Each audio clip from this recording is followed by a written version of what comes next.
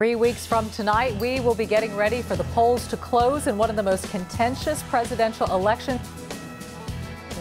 That is 20 more days for Donald Trump and Hillary Clinton to battle it out in key states. And it looks like as we get down to the wire, Texas will be one of the states the candidates will be focusing on. Jake Reiner live tonight with a new poll that gives new insight into how Texans just may vote. Jake. Good evening, Keith. It's a statistical dead heat between Donald Trump and Hillary Clinton in the Lone Star State, and political experts say that because of Donald Trump's provocative campaign thus far, it will hurt Republican down-ballot races. A new U of H poll out today has Donald Trump with a slim 41 to 38% lead over Hillary Clinton in the state of Texas. This survey was conducted between October 7th and the 15th, right as the Trump Access Hollywood tapes made the rounds. Donald Trump is a millstone around Devin Anderson's neck. Rice University political science fellow Mark Jones says Republican down-ballot races are in trouble because of Trump.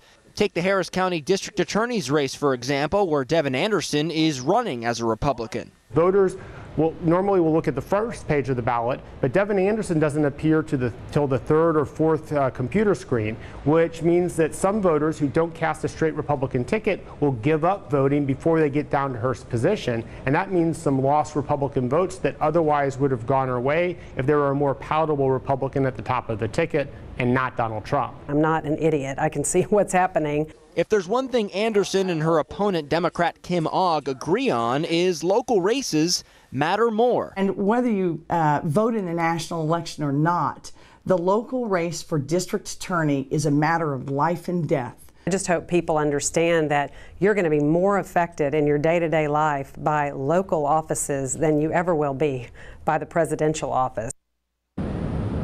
I asked political expert Mark Jones about what he thinks Devin Anderson should do between now and Election Day in terms of her campaign. He says she should just focus on her and her record and stay away from political affiliation or Donald Trump. Now, it is important to point out that 3% lead that Trump has here in Texas is significant because, according to U of H, since 2000, no Republican presidential candidate has ever failed to carry Texas by less than 11 percentage points. Reporting live, I'm Jake Reiner, KPRC, Channel 2 News. Thank you, Jake. Well, Trump and Clinton face off tomorrow, one last time before the election. Our Phil Archer will be there in Vegas to cover this debate, which you can watch right here on Channel 2. Here's Phil Archer, who just landed.